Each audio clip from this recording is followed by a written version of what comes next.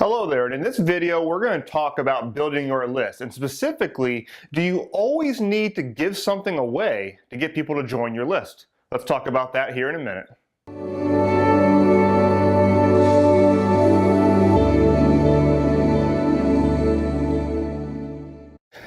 Hey there, so I know that when it comes to building your list, the most common tactic out there is to give something away, whether it's a free ebook, a webinar, a video, something like that. And you say, here, get this free thing, opt into my list, and you'll receive it. It's very, very common. I do it myself. But here's the thing. Do you need that? Or are you just doing it because you see everybody else doing it? Now, first of all, let's talk about how well this works. Obviously, it does work, because if it didn't work, everybody wouldn't be doing it. Giving something away that somebody's going to want will get people on your list. Now, here's the thing. The key there is something that people are going to want. A lot of people, they get a little disabused here because they make something that they think is cool, they throw it out there, and very few people opt in for it. And usually, the reason there is simple. You didn't really nail it in terms of getting something that they truly want that stands out from the crowd. So the best way to go there is really to give them an immediate solution to a problem that they've got. Not to try to give them some big thing, some big theoretical, 40-page free ebook and try to blow them away with size, because that's not really what people want these days. We're full of information these days. We don't need necessarily more information, but what we do lack sometimes is an immediate, clear solution to what we want to solve. So if you provide that, people will opt in for it. Now, let's go back to this thing of, do you really need to give something away? No, you don't.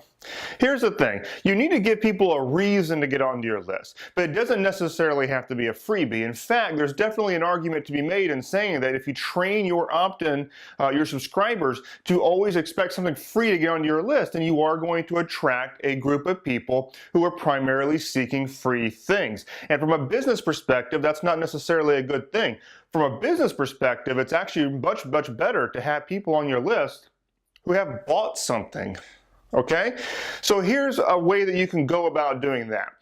This thing that you were looking to give away, whatever, increase the value of it, make it really, really a valuable thing, solve a problem for them, and then have it as a product to sell. But here's the thing, the back up, here's the bird's eye view. If you have small, low-end, front-end type products, then people can buy those and then they get onto your list as buyers. And then once they bought something, even if it's just $1, they're a much better qualified person from a business perspective than somebody who has opted in for a freebie.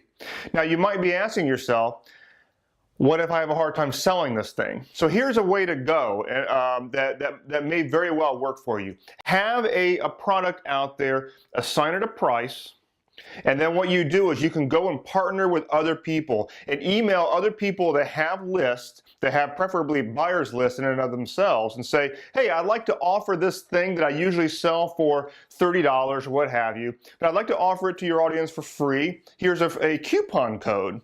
And so you say, basically you build up the relationship with them and you say, here, I'd like to offer this. It's totally your call, but if you want to do that, here's a coupon code and they can get it for $0 rather than $30 or whatever you're charging for it. They go and enter the coupon code and they get the thing. But here's the thing, they automatically raise the value of that thing you're giving them because they see clearly that it usually has a price tag associated with it, but they just got it for free. It's a different mindset. You can also, depending on the types of lists and the types of people that you partner with, you actually can get buyers onto your list even though they have not yet bought anything specifically from you. Okay?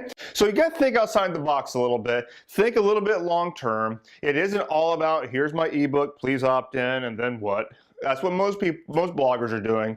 You've got to think a little bit more strategically, and preferably you want to think about ways that you can get qualified prospects, people who have bought things before, people who are looking to solve particular problems, and get those people on your list. Not every email subscriber is equal, quite frankly. Sometimes, people are there just to take from you, and that's it. And I love those people, except that I have a business to run, and I've got to make money so I can keep doing all this and support my family, and you're probably in the same boat. So at the end of the day, business does have to take place, and you've got to look out for that as well. Okay, that's my thought for the day. I will see you next week on the video blog.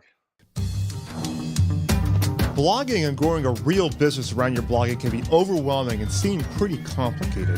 The Blog Marketing Academy was set up to do something about it. I take a systematic approach, giving step-by-step processes you can follow to get the results that you want. At Blog Marketing Academy, I don't teach blog monetization the way those other people do. Around here, we're focused on building real businesses based on solid fundamentals that will have the staying power to provide the freedom and fulfillment you want. To learn more about it, head on over to blogmarketingacademy.com/join.